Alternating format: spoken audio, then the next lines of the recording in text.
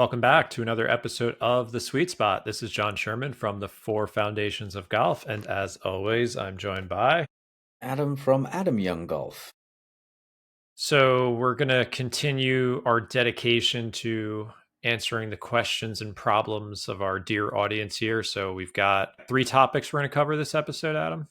Yeah, and anything you want to go through as well. But yeah, three I think three questions. I didn't get the names of the people, so I do apologize for that. I could probably go through and look, but it's okay. The question gets answered either way. But you thanks shall everybody for the remain questions. you shall remain anonymous. And Yeah. yeah, just I'll start the episode off with another reminder. If you want to give us the suggestion box, so to speak, it's adamyounggolf.com/survey. Adamyounggolf.com/survey. I'll put in the show notes. Feel free to put a question in there. Please. do I have to put the disclaimer? We don't need any personal attacks. This is not an invitation to attack Adam or me personally. This is just Yeah. questions for the show. It's so ironic. People are like, John, I love your simple approach. I hate Adam's technical approach. And then the very next And then one will it's be, the opposite. I really want to hear Adam talk about geometry and this and that. No, okay, yeah, John's an that's why we call the idiot. show the sweet spot Yeah. because we're Yeah. both a little different, but we come back to the middle. Yeah. The not that we're not afraid of it, but it's not constructive. So it's not an opportunity to be a punching bag for us, if you don't mind. We're not Anyways, going to turn into 5 minute episodes as well yeah, because the 45 to hour and a half episodes have done us proud. I think yeah. they've I think we're over 4.5 to 5 years into the show, so I don't think the show is going to change that much at this point, and you and I are not going to change that much at this point in the way we deliver our information. So we're trying to just get better at the topics we deliver to you. So we with still that have more caveat, topics as well. yeah, there's so many. We've got a Google file with so many different topics. Obviously, they all stem back to the same things. They have to, but yeah, we've got lots of different things we can talk about. All right. So what are I know you have three questions you want to hone in on this show. Let's start with the first one.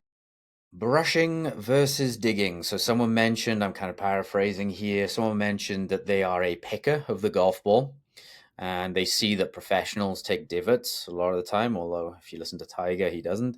Um, and so they're worried about, is it okay to be a picker? Is it a bad thing?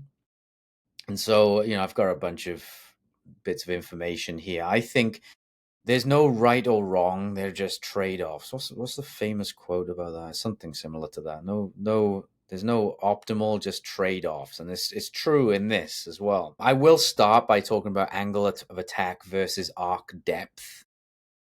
So, angle of attack. Think of this as I always tell people: imagine the club head is an aeroplane, and it's coming in to land on the spot where the ball is resting. And it could either crash land on that spot, which would be a steeper angle of attack, or it could land very gently on that spot, coming in very shallow, nice, comfortable landing for everybody. That would be a shallow angle of attack. But arc depth is more, whether that plane is flying higher or lower at the point of contact with the ball. Or you could take different points along the arc, but if your club comes in with a higher arc depth, you're going to hit closer to the top of the ball. If your comes in with a lower arc depth, you're going to hit towards the base of the ball or even the ground early. And so you can actually, angle of attack and arc depth are different.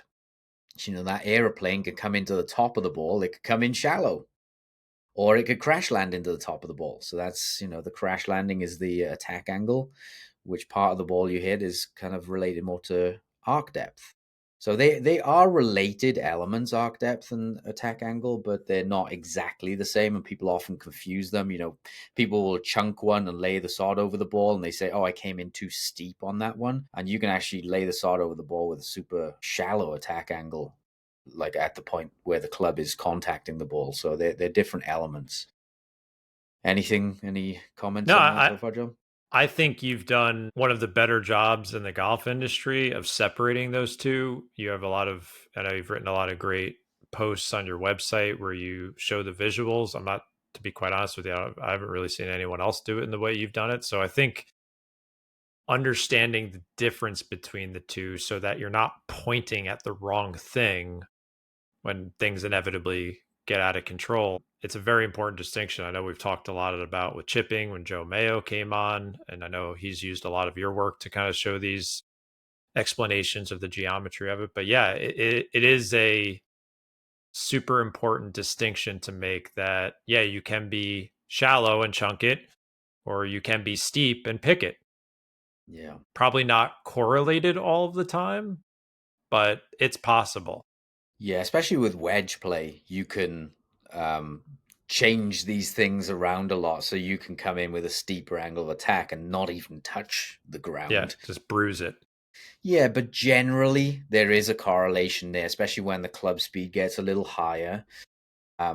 It's harder to, as Sasha was talking about the other day, it's harder to actually bend and change the width of the arc through impact. So generally, a steeper attack angle into the ball is going to correlate with deeper divots. But a deeper divot doesn't mean Yes. always that you've come in with steep angle of attack. Another way of visualizing this is to imagine the swing as a hula hoop, and the arc depth would be if you were to drop that hula hoop deeper into the ground. So imagine the club head is swinging on the base of that hula hoop. If you drop that hula hoop deeper into the ground, that's a deeper arc depth. If you raise it above so it's just nipping the top of the grass, that's a shallow arc depth. Now attack angle is more where is the ball placed on that hula hoop. If the ball is placed at the lowest point of the hula hoop, where the hula hoop is neither moving up or down, then that is a level attack angle. And if the ball is placed more in the back part of that hula hoop, then it's going to be a steeper attack angle. That's the main way that we would change attack angle, is changing where on that arc the ball is placed.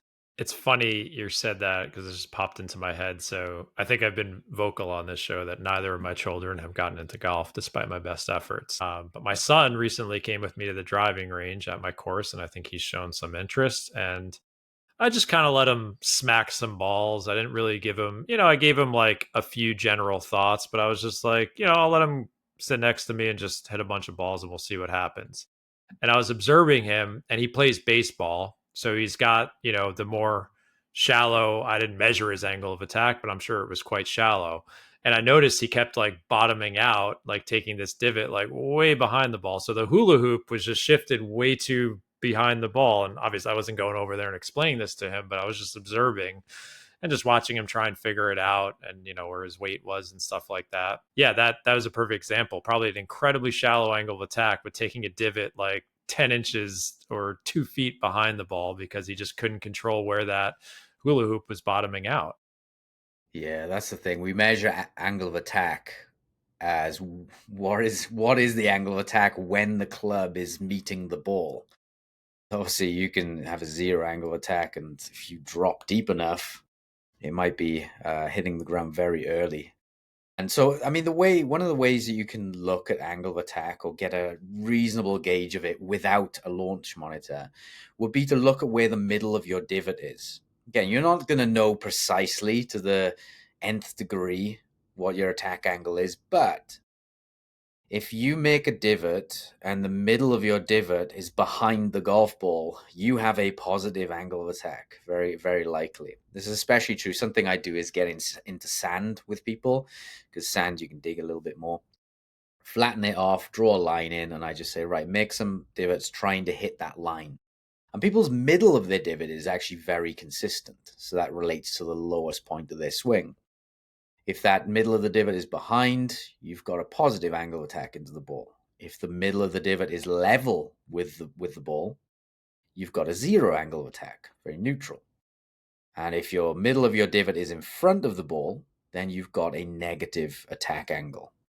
Especially if you're doing this with a foam ball or without a ball. So if you do that sand drill with a foam ball or without a ball, this will be more true. The reason why I say that is because sometimes when the club connects with the ball, that will actually force the club down a little bit. The deflection or the collision between the club head and the ball forces the club down. So there is a scenario where the club could be traveling level into the ball, then the club hits the ball, and the club head goes down, the middle of the divot is in front of the ball.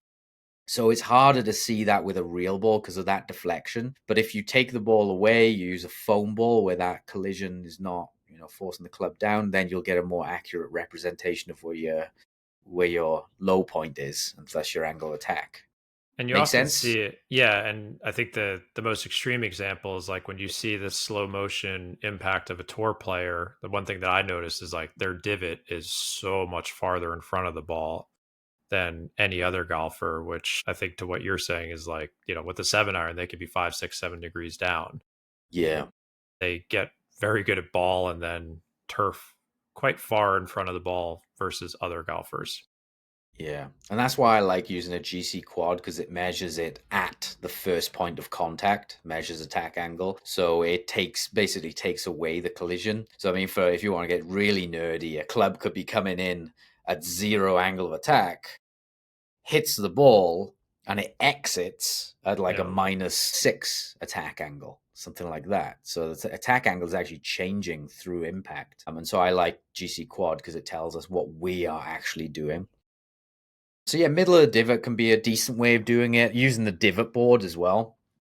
If you use a divot board, should we put a link into this Yeah, show what's notes our for what's this? our code that we've got for it? Don't worry. I don't think the code works, but we'll Was the just put a link? yeah, Okay. because we talk about divot board all the We time. So love yeah, if we you love want the to know divot what a board. divot board is, click through in the show notes, and we'll have a link in there as well.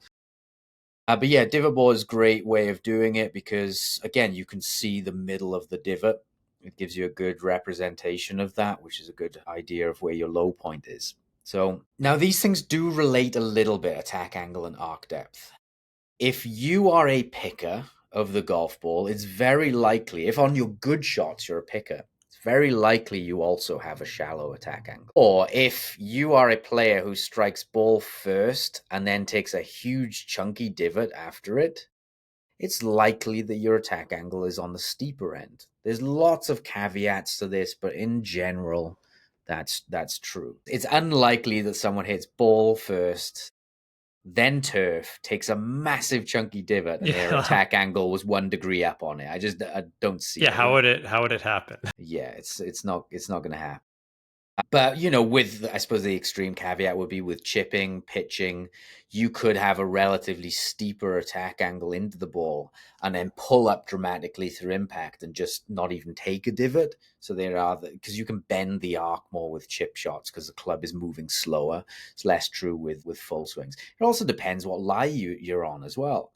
If you're on a super tight lie, that divot is probably going to be deeper than if you're on a fluffy lie, the exact same swing. If that ball is teed up a half an inch, then the divot's going to be half an inch less deep. You may not even touch the ground. But then it depends on turf conditions as well. If the ground is super hard, you might not be able to dig in. If you've got a club that is super chunky, you might not be able to dig in. So all these things are caveated. But the sand drill or using a divot board is a good idea of getting your attack angle, and then jumping on a launch monitor, GC Quad, TrackMan, something like that is also great. Attack angle doesn't change a ton, or I should say low point position doesn't change a ton from shot to shot. I look at thousands and thousands of shots each year on launch monitor. Most people, unless they are trying to change it, most people's low point doesn't change by more than an inch either side. So if you're a good player and your ground contact is on average ball first then turf, you should be pretty good low point wise. If you hit an inch in front, an inch behind, those are still decent level shots. Now occasionally people are saying, yeah, but Adam, I hit 3 inches behind. I see those shots all the time as well. Now what changes when you hit 3 inches behind is not the attack angle into the ball necessarily. It's not the low point position, but it's the arc depth. You've dropped in a little deeper on those big bad shots. You've probably dropped in a little deeper. So that's something, a little nugget of information for people as well. So people often hit a chunky shot. They said, "Oh, I got too steep on that." Chances are you just got too deep on that, which is a very different thing. I think sometimes people use steep as a word when they Well, it's what mean it's deep. what they feel, right? Yeah. Maybe their hands. What do you think is like what body movement would you, maybe this is a really loaded question, but like No, what it's, would it's you actually isolate? simple. What would you isolate? Is it hand path leads to arc depth more versus attack angle is correlated to something else. No, if we're talking about arc depth, it gets insanely complicated. There's loads and loads of Yeah, things that's what that I relate mean. to Like, arc depth. what Yeah. would cause, like, you're talking about, again, your metaphor is how high or low the plane, the altitude Yeah. of the plane, essentially. Me, what I think about it is how high or low my hands are, because that's going to correlate. Well, I don't. I guess that's a little complicated too. What the club is Hmm. vertically doing. Yeah, it's basically how close if your hands get closer to the ball in 3D space. I know this is very difficult to understand, but I have a visual. If your hands get closer to the ball in space at impact than they were at address, you are going to either hit the heel more or you're going to dig in deeper. You're basically stuck between those two. It's a geometry thing.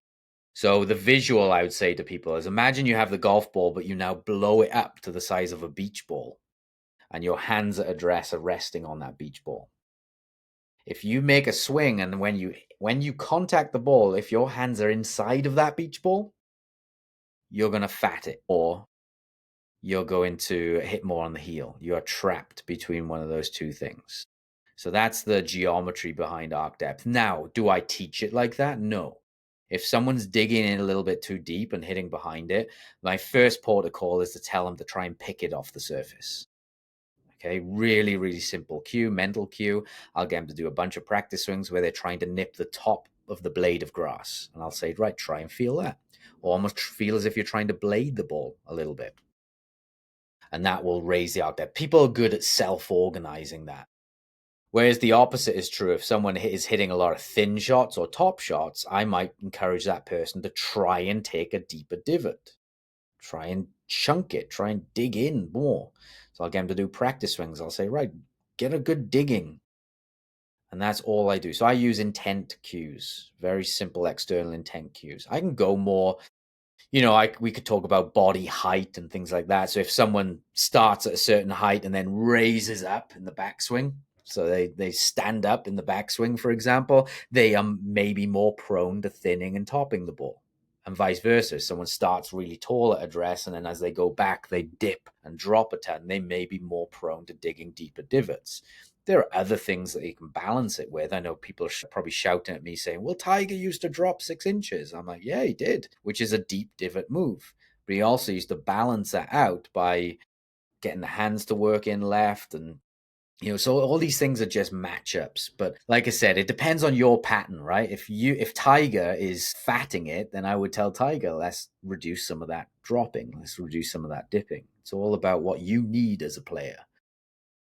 So arc depth there's so many variables with it. Now with low point and attack angle, you could probably refine it or boil it down to weight shift or where your weight is at impact relative to the ball. So if you take two exact same swings, imagine you're a golf robot and you make a swing. If you shifted that robot 8 inches farther forwards, the low point is going to be 8 inches farther forwards, and the attack angle will probably be with an iron actually about 12 degrees steeper. It's about 1.5 degrees per inch. The other thing that relates to low point would be swing direction. Not many people know this one, but if you take that robot and you keep its mass the same, its weight the same, but you just orient the robot more to the left, that low point will move more forwards as well. And if you orient the robot more to the right, so it's swinging more to the right, the low point will move back. That's why lots of drawers or hookers are very shallow and they tend to pick it. And lots of slicers tend to take deeper divots as a tendency. You can see different matchups. Imagine you got that robot and you oriented it left, which is a steepening move, but then you shifted the weight back of the robot. Those two things cancel each other out. And that's why loads of slicers, they tend to self-organize. They swing left, and then they hang on their back foot to organize, self-organize a more neutral, or they kind of balance it out. And if you fix the wrong thing at the wrong time, you can actually make things worse. Because if you take that person and you say, right, you need to shift forwards more, which may be a logical thing looking at their swing on video, but if you get them to shift more forwards, they've now got two steepening moves. Yeah, I They've mean, got the I you're describing like the last 5 years of my iron play. I've probably shifted more pressure to my lead side, and I'm swinging more to the left. yeah, because Like you needed that's exactly what I've done. I've probably gotten myself a little too far over, I think, at this point. yeah, and because you needed more steepening moves. Yeah, You were but very that shallow. that Yeah, makes sense to me theoretically. Like, you said arc depth could be a million things, but angle of attack, like that weight, that pressure, maybe I'm using those terms interchangeably. I know they're weight. not Yeah. exactly the same. Keeping it more on that lead side because I had a tendency to kind of, like many golfers, sway and fall back a bit. Yeah, so if you're a very shallow picker like you were, zero angle attack, you have two methods there that you can steepen that angle attack. You could shift more, and lots of hookers of the golf ball will end up in that pattern. You see a lot of players who do have an excessive weight shift are also tend to be drawers of the golf ball as well. Or you could swing more left. Both of those are viable options. If you're a hooker of the golf ball, I'd probably recommend swinging more left because you kill two birds with one stone there. Yep. Um, Makes sense. but yeah, you want to fix the right thing. If you're a slicer listening to this and you're like, oh yeah, I'm a slicer whose weight is on my back foot, and I've tried to shift my weight for years and I just can't. Well, there's probably a reason why. Your brain is saying, if you're oriented the path to the left, that's a steepening move. If you try and shift on top of that, you might Yeah, it's double too shift, much. you double it, Yeah. and then you end up just crash landing into the top of the ball. So there's too many steepening moves. So you need to kind of balance these things, and it can be difficult because then you're kind of doing two things at once. But there are ways of achieving that. If you are listening to this and you want a cue for that, a simple kind of generic thing that might apply to you is to imagine brushing the grass more to the right. And you're trying to brush that grass farther forwards. So I would, the first thing I would do with that player is I'd say, right, get that club moving more to the right. Imagine you're brushing the grass to the right, and they'd get that. That would change the path and swing direction. But they'd also start to hit the grass a long way behind the ball. So that's when you say, right, now try and do it while shifting forwards. So then it moves more forwards. The ground contact moves more forwards. So it's kind of one mental cue: brush the grass to the right, farther forwards. It's kind of one feeling in a way, but it gets three things done. So yeah, as usual, going off on a tangent. We should call our podcast Tangent. At least maybe I should do a spin-off podcast called Tangent. Yeah. It's just like we're going to start with something and just never finish with it. Yeah. So in terms of the matchups there, it tends to be that with fuller iron shots, if you are a steeper angle of attack, you will probably need to have a deeper divot. They go hand in hand in the vast majority of cases. And if you are a shallow, a neutral angle of attack player, you'll probably need to be a picker of the golf ball, because any digging at a zero angle attack is probably going to be behind the ball. So they do go hand in hand. Those are the combinations: steeper and deeper, shallower and picky. And there's no, I think I remember playing in high school. And granted, I wasn't a great player in high school, but like I was just so envious of players who could take divots. And I'm like, oh, well, that must be the way to play great golf. And yeah, eventually I did learn how to take divots in a different way, I guess. But I played a lot of good golf picking the ball too. And there's been Yeah. a lot of, great players who pick the ball at the professional level too. I'd say for the most part, if you look at pro golfers with really fast swing speeds, they have steeper angle of attacks and take those monster divots, but it's not something you have to aspire to. Again, I think one thing we've shown on the show is that different matchups work. And as you said earlier, there's trade-offs to everything. So in your pursuit of those divots, you might pursue a matchup that sucks for you. And Yeah, well, yeah, if you're a shallow player and all you try to do was take a divot, you'd probably yeah, chunk it. Because you've got, yes, if you're a shallow player, zero attack angle, and you drop that arc deeper, you're going to hit 6 inches behind it. You have to also move the ground contact forwards or the low point forwards if you want to become a divot taker. And that's what helped you, as you shifted more and swung more left. That moved your low point forwards. That then allowed you to take a divot. Now, there's nothing magical about taking a divot, but there is yeah. something I mean, magical. it looks cool in the air. Yeah, I mean, yeah, there is a reason why pros do it though. And it's not the divot taking itself that is the magic. but it's the low point being forwards and the lower dynamic loft combination. That is where the magic lies. And I'll explain why. Now, again, you talked about trade-offs. That is the thing here. You can be a picker of the ball and still be good, but there are trade-offs to it. Now, the picker, the person, imagine the person, this is old you, John. The person who has their low point, the bottom of their hula hoop is level with the golf ball, and they just gently brush the grass. Now, that can allow you to hit higher shots because that combination tends to go with higher loft as well. So it can be okay for people. In fact, I would probably encourage most super slow swing speed players Yeah, to level hands go, at impact and yeah, shallow and into out a little bit. yeah. If you're really slow swing speed, you're probably going to suffer with low ball shots. The peak height of the golf ball is not going to be super high. You may struggle to hold greens because if you're 150 yards away and you're going in with a 3 iron or 4 iron, it's very different to being 150 yards away and going in with a 9 iron or a wedge. And so those players will then tend to, as a slow swing speed player, self-organize or find out that shallower allows me to hit it a little higher as well. Again, that's not even the shallow attack angle that's doing that, but it tends to be the shallow attack angles go with more dynamic loft as More well. loft, yeah. And Yeah, that's a function of the hands being more level at impact versus too far ahead, which would de-loft it, and then a lot of players too far behind, which adds too much loft.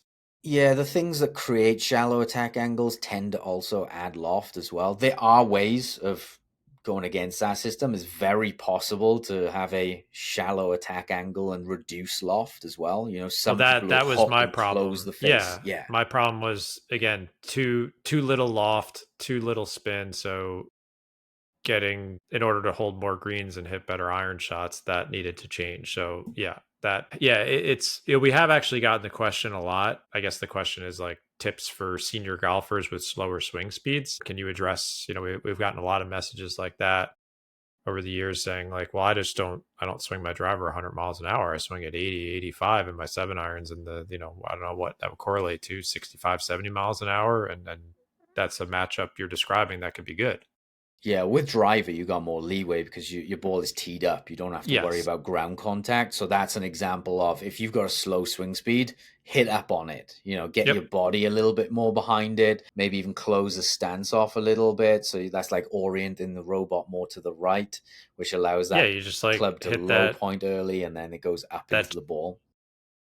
Yeah. And then it allows you to hit up on it, which basically gets you want a reasonably high launch angle with a driver, especially if you have low speed. With irons, though, here's where the trade-offs come in. If you are a slow swing speed player, with irons, it's gonna be a little tougher for you because you're trading off.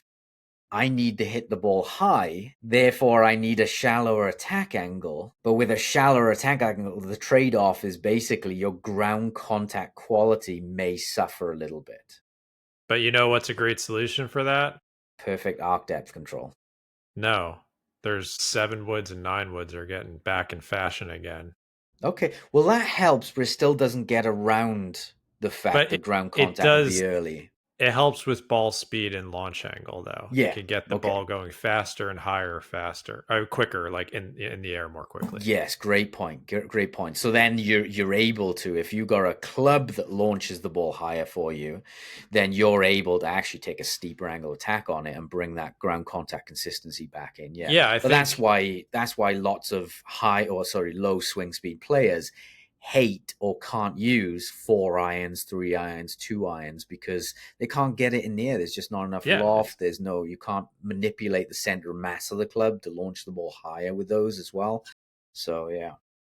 yep, it's listen, I have a 3 iron hybrid. I'm considering switching to a 4 iron. Not because of my swing speed's going down, but just I want to get the ball higher faster. Like Yeah. it's great. Like when you get the right hybrid or fairway wood, you're like, oh man, it's a great addition to my bag here. Yeah. So yeah, the benefits of a shallower attack angle are you tend to be able to hit the ball higher. than you would otherwise.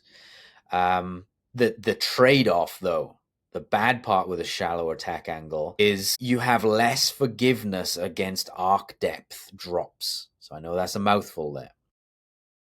But what I would say is if you get two players and one of them has a steeper attack angle and one of them has a neutral attack angle, if you take those two players and you drop them both a quarter of an inch deeper into the ground, the steeper attack angle person will fare better. They will maybe only hit the ground an inch behind, whereas the shallow attack angle will start to contact the ground 6 inches, 4 inches behind. So the same arc depth error results in a greater ground contact error. Now you can get away with that. The way that you got away with that, John, was being super highly skilled. Some would even say talented. I wouldn't. No, I just I joke. was I was born for this, Adam. It's all genetics. But yeah, super highly skilled at what? At arc depth control. So you just had really good ability to control the altitude of that plane, as you called it. You constantly brushing the grass in the right area. So if you are a player who has superior arc depth control, you can get away with shallow attack angles. But even then, it's still going to cost you. The other trade-off is when you get in a bad lie. If it's really tight up against the turf, you're more likely to get drop kicks. If you're in the rough, you're more likely to get the club going through a lot of grass beforehand. So those are the trade-offs. The other advantage of a shallower attack angle is if you are a player whose low point moves around a lot in the swing. So one time your low point is 2 inches forwards, the next time it's 2 inches back. You'll get a little bit more forgiveness out of a shallow angle attack as well. However, I will caveat that by saying that 95% or more of players have greater variability in their arc depth, altitude, than they do in their low point shift, whether that bottom of that hula hoop is too far forwards or back. So if I'm looking at players and I see what changes from shot to shot, their low point is more consistent than their arc depth, at least in terms of how it affects ground contact. And that would show up in thins and chunks and vertical strike on the club face. Yeah, so say for example, if someone's hitting shots and they're hitting good, and then they chunk one 3 inches, I can look at the data and I can say if their attack angle stayed the same as all their other shots, I know it wasn't their low point that shifted back. I know it was then their arc depth that changed, that caused that. And I've run the numbers. I've even run it through ChatGPT and done a bunch of geometry with it to figure out that most ground contact errors for players are going to be caused by arc depth changes, not low point changes necessarily. And so basically I've come to the conclusion with that. I mean, I've talked with Joe Mayo on this as well. He completely agrees that most people need a swing that has more margin for error in arc depth changes. And what does this look like? Well, it looks like a steeper angle attack with less loft combo.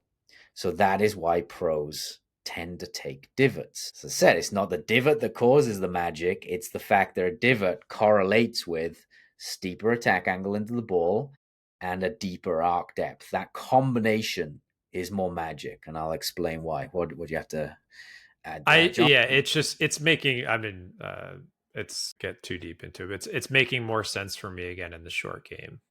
Let's just put it that way. It's the dots are starting to be connected there. Yeah, I knew it theoretically, but it's starting to feel that way more, which is nice. Yeah, and I mean we've chatted about these things before. Not only just me and you, but on the podcast we've had episodes on attack angle. Yeah, but yeah, explaining things a million different ways. Sometimes it's like that connects with me. That idea connects. So what is so magic about the steeper attack angle, lower loft combination? Well, compression. It protects against arc depth drops. Because there's two reasons for this. Number one, like I said, if you have a player whose low point is in front of the ball, if they drop quarter of an inch deeper, they may only hit 1 inch behind the ball. So you'll still actually get a decent result out of it. It may catch the front edge of the green. Whereas if you have a shallow attack angle and you drop the same amount, you might start to hit 6 inches behind, 4 to 6 inches behind. So the ground contact error is magnified for the same input error that you make, the same arc depth. So there's that reason. Also, when you have a steeper attack angle, you can use less dynamic loft. This is where pros lean the shaft forwards about 10 degrees or so with a 7-iron. And as we chatted with Sasha McKenzie, when you lean the shaft forwards and de-loft the club by, say, 10 degrees, that strike will move up the ball, number one.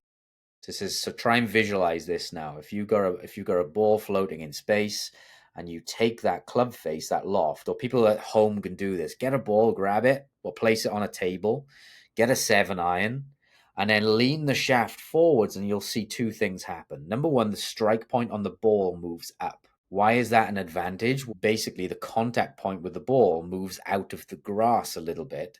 So you basically get less debris trapped between the ball and the face.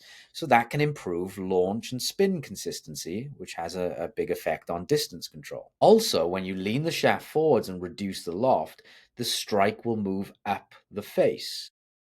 Not a lot. For every 10 degrees of forward shaft lean, it moves up the face about 1 groove.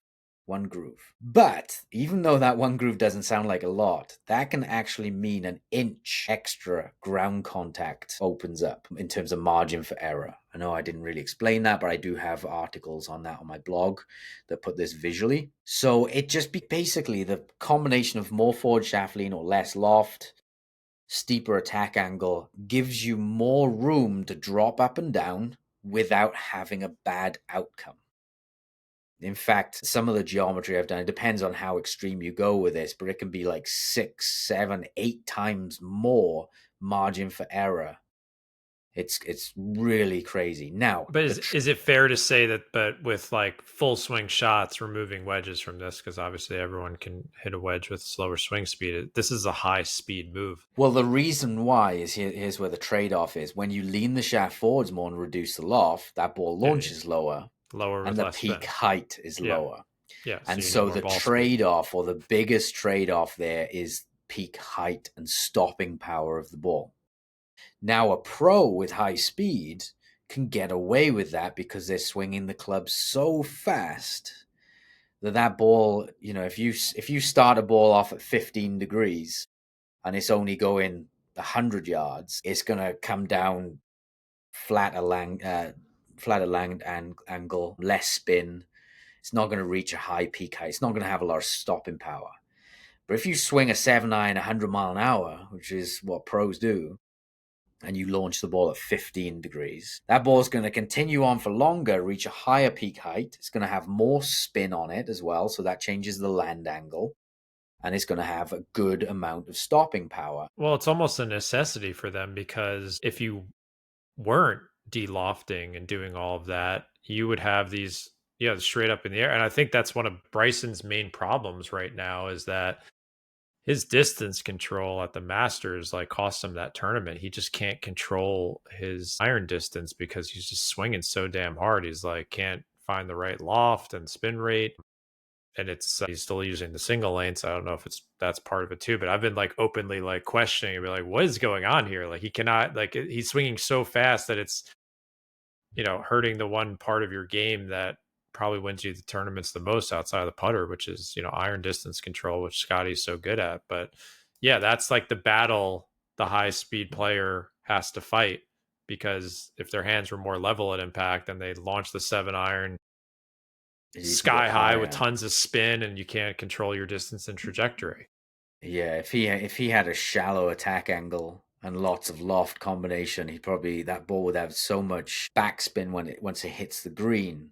The actual amount of spin the ball had would probably be the same, but when it hits the green, it's coming down so steeply. The land angle is so steep, combined with the spin, he'd probably rip off the greens. And so, yeah, it can become difficult. I mean, at that speed, a lot of things are difficult. It's definitely 1%. It's a 1%er problem of the golf world. Yeah, I don't think our listeners have, unless anybody else out there's got 150 mile an hour swing speed, I don't think they'll have to worry about that combination. But basically, for our listeners, the trade-off is almost strike quality, ground contact quality, with shot height. And if you have a decent amount of speed, you can get the best of both worlds, which is why the pros get the best of both worlds. If you are a slower swing speed player, however, you may have to manage these trade-offs. So there Well, might be I think, some. yeah, I think that's an important point though to the original question. Like, should be, picker, divot taker. Like, out of necessity, you might need to be a picker and have those matchups you were talking about before to get the ball, in the air far enough versus if you tried this like de-lofting, very steep angle of attack, like the ball's not going to, you might take the divot, but the ball's going to go nowhere. Yeah, yeah. So I suppose you're looking at the lie a lot of the time. So say, for example, you're a slow swing speed player, so you have to manage these trade-offs. You get to your ball, you're 130 yards away, something like that. You got your 7-iron in your hand or 6-iron in your hand, and the pin's on the front. Now, you're going to have to say, well, I need to launch this higher here to get it to stop. I mean, number one, strategy wise, you probably shouldn't. You should just go for the middle of the green. But if you were to try and get cute with it and try and get the ball to stop quickly, you're going to have to use probably the shallower attack angle combo. And the problem with that is strike quality gets compromised. Now, if your ball is sitting on a fluffy lie, the ball's sitting a pristine lie, you've got maybe quarter of an inch, maybe even a little bit more of cushion underneath the ball, and you've got good arc depth control, go for it. Go for the shallower approach, add some loft to it, and fly it up there, and you can stop it quicker. But if you are on a tight lie, you probably shouldn't try that unless you've got superhuman arc depth control. Because if you try and do the shallow attack angle on a tight lie, you're probably going to drop kick it to some extent. Things are going to come out less consistent. You might have to go with a steeper attack angle. So I'm constantly, the first thing I look at is the lie. Even at my level where I've got the speed to stop a ball, chipping especially, I'm looking at what's the lie? What can I do here? If you've got a good lie, you've got more options available to you. You've got a bad lie, I'm going to have to use the steeper attack angle, less loft combination and just suck it up that I can't stop that ball super quick from land angle. So it's these trade-offs here.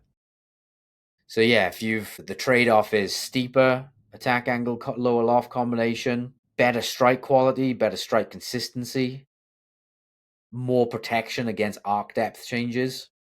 However, the trade-off is lower ball flight. Hmm.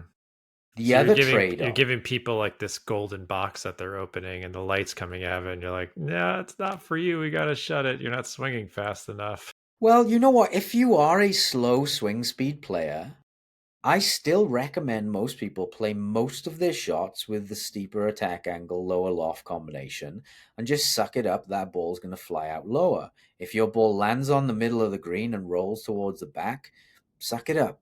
That's okay. If you have a good lie, then you can start to gamble with, okay, do I go for the shallow attack angle here? And if they've got very good strike control, like I said, very good arc depth control, then we say, okay, let's take this on. But we can measure these things. I can take people onto different lies and say, right, give me 10 shots with the shallow attack angle, and I show them how to do it. And then we look at the outcomes. I say, give me 10 shots with the steeper combination, steeper lower loft combination, and we look at the outcomes. And if there's more chunk shots with the attack with one or the other, then we don't play that. Usually there's going to be more chunk shots with the shallower attack angle, contrary to popular belief. Yeah, I think also the trade off, like I'm thinking in my bag, like give me a pitching wedge versus a 4-iron, the option becomes quite clear. I can do the descending trapped shot with the pitching wedge versus with the 4-iron, like more up in the stance, got to try and add more loft, hands more level at impact. I'm playing what my swing is giving me. Like That's I can't trap a 4-iron in the middle of my stance. The ball's going to go nowhere. That's a great point, is that we, even high speed players, do suffer with this dilemma, this trade-off as well. When we get to the lower irons for us, it's like, okay, I've don't have enough loft on this club to get the ball up in the air to I gotta get stop it in it. the air. Yeah. But I don't want to try and get the ball in the air because those things tend to make us strike the ball or strike the ground worse. So now if you're on a tee, that's okay. You can take that risk on because the ball is teed up, ground contact is not an issue. So now you can come in shallow, try and add some loft to it, and we get better outcomes. But if your ball is on a tight lie and you're hitting that 4-iron in, you have to suck it up, even as a high-speed player, and say, well, I've got to do things to try and trap this ball a little bit better to get the contact quality. But that means it's probably going to come out lower. And thus, I just have to deal with that. And so you may not even take on that risk if you've got to fly it over water, for example, or if the green is, says water short, water long, or something like that. You may not take that risk on. But so all players suffer with these dilemmas. The bad players just don't understand the dilemma is there. They try and do the same thing all the time. Like they'll be on a tight lie. They'll be on a tight lie, and they'll want to try and get that ball up in the air, and they'll chunk it because they selected the wrong mental option. Whereas I'll be on that tight lie trying to play a lower flighted shot because I'm prioritizing strike quality over stopping power there. So yes, it's just what you prioritize. I will go on to this. The other disadvantage of the steeper attack angle, and this only really happens when you get too steep, would be that you actually get less low point forgiveness when the low point shifts. So I talked about how a steeper attack angle gives us more arc depth margin for error. So if you drop in a little deeper, if you raise up a little bit, you get more margin for error with a steeper angle attack combination. However, the trade-off is you get less low point shift margin for error. So say you're a player whose low point is 1 time 2 inches forward, 1 time 2 inches back. Steeper attack angle might not be the best option for you there. However, the caveat to that is that very few people have low point shift as their predominant fault. Most people, as I said, have arc depth changing as their predominant fault. I know this is so difficult to understand. Verbally, you may have to listen to this stuff. This is super high level information. I know it. Not many instructors would understand it to this depth. So if you are listening and you don't get it, don't panic. I got loads of articles on my website about arc depth. Just type in Adam Young Golf arc depth or things like that. There's loads of articles on there. Well, we're all fighting this battle. We're all fighting this battle, whether we realize it or not. Like this is like the trade-off of mainly like iron and wedge play. Yeah, you could say hybrids and fairway woods as well, but you're fighting this trade-off throughout the entire bag, and based on your swing speed and other stuff. And a lot of people, hopefully, we're just assigning names to it so you can understand the difference, and you don't have to be I'm certainly not an expert on it, but I think I feel it intuitively in my game and adjust for it at times. But it's hard. Like, yeah, you have to it's a bit of a strategic thing too. It's you have to assess the situation and what the golf course is giving you. And as you said, like if there's more danger and you need to cover more yardage in the air and the lie is not giving it to you,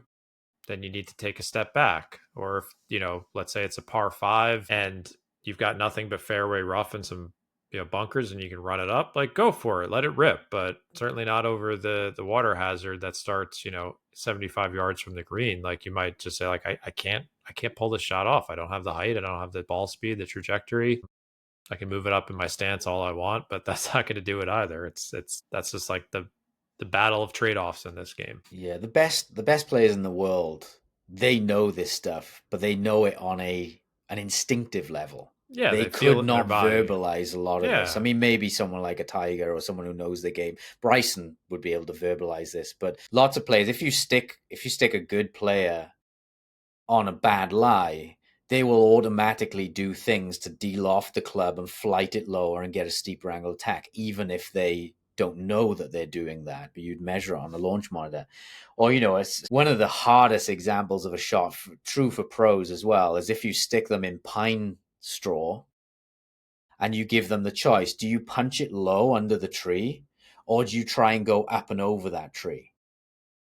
Most pros are going to choose the punch shot. Why? Because if you try and get it up and over that tree from pine straw, you're very likely to hit the pine straw early, fat it, hit it straight into the tree, or it goes nowhere at all. Whereas if you play the punch shot is the steeper attack angle, lower loft combination. You're prioritizing strike quality there. So that's why a pro would instinctively choose the punch shot over the high shot. Whereas you put an amateur in that lie, pine straw, up and over the tree, or punch it low, they'll try and go up and over the tree. They'll end up fatting it. Or Phil Mickelson at the 13th at Augusta. Well, yeah. Pretty legendary shot over the creek. He did miss the putt though. They were talking about the other day. It's like we forgot he missed the putt. He made birdie, but it was like one of the sickest shots in like major history where he just elevated that thing out of the pine straw. Yeah. So there's always these trade-offs, and obviously you can get the best of both worlds in a way by improving arc depth control is going to give you many more options, and improving swing speed. If you got those two things, if you got good arc depth control and good swing speed, you've got so many more options in your bag. If you've got low swing speed, you're going to be most of the shots you're going to want to play the shallower attack angle, but then your strike quality is going to suffer.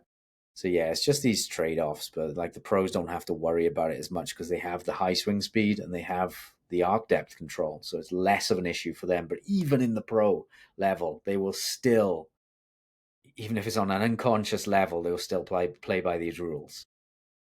Maybe we're just inspiring people to increase their swing speeds with this episode so they have more options with their impact dynamics. Yeah, or get the strike plan, improve their arc depth control. That too. Talking about this, it's one of the reasons why people say, well, why are my long irons so difficult to hit? And one of the reasons is with a long iron, the hula hoop size gets bigger, right? Because the shaft is longer. So the width of the arc gets wider at the bottom. And also, you almost need that shallower attack angle with a long iron because it doesn't have enough loft.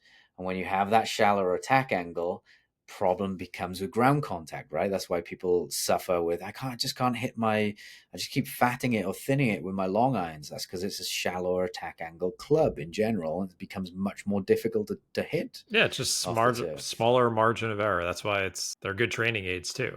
Yeah. And on the flip side of that, when you go to wedges as well, lots of people they say, well, I'm good with my 7-iron. Some people are even like, I'm good with long irons as well. But with my wedges, I'm horrendous. I keep fatting it, thinning it, blading it. And usually in those cases, those players are applying too much loft.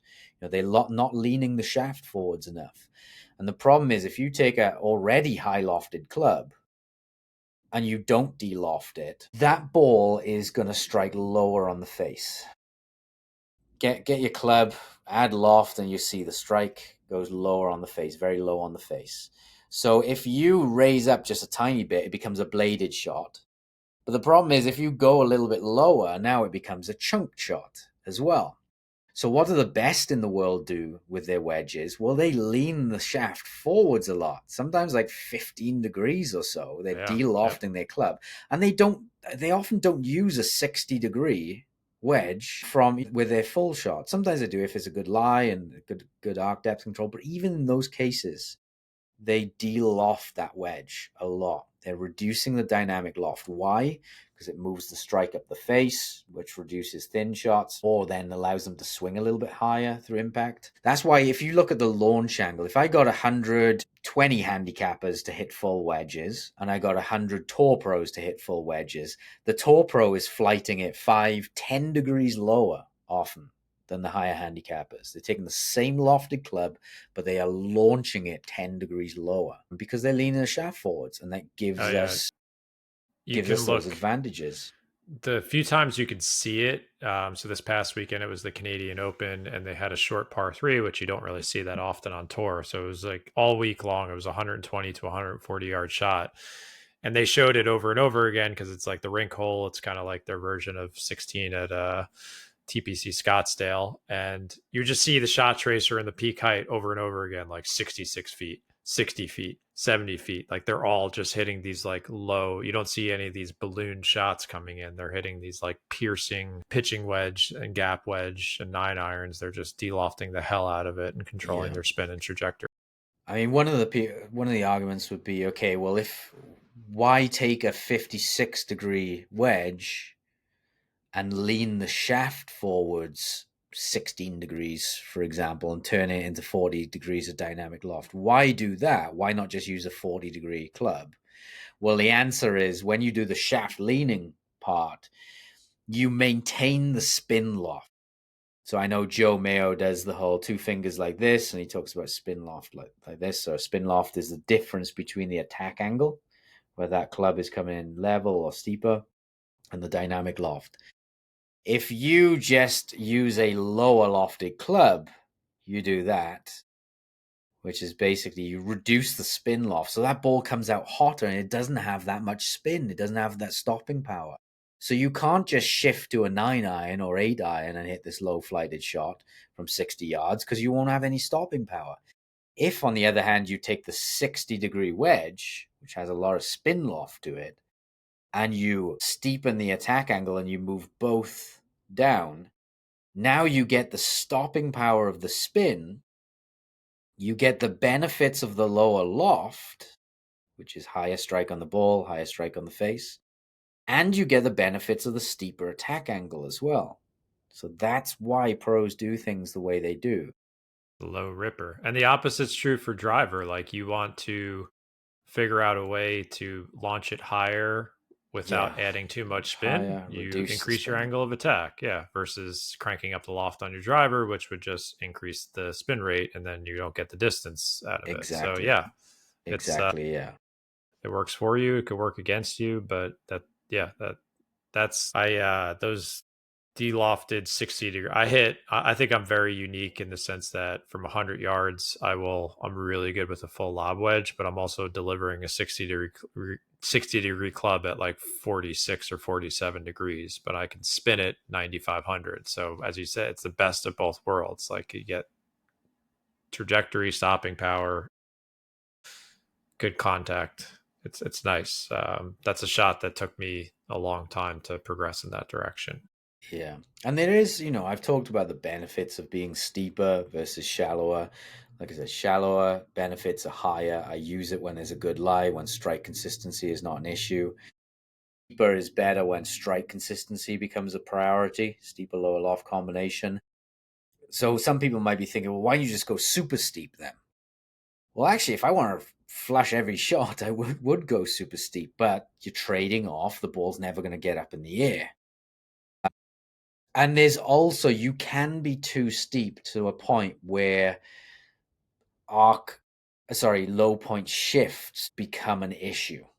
So you improve the arc depth variance or margin for error, but any low point shifts now become the dominant error. So basically, that's why pros all seem to have settled on about 3 to 8 degrees down attack angle with their 7-iron.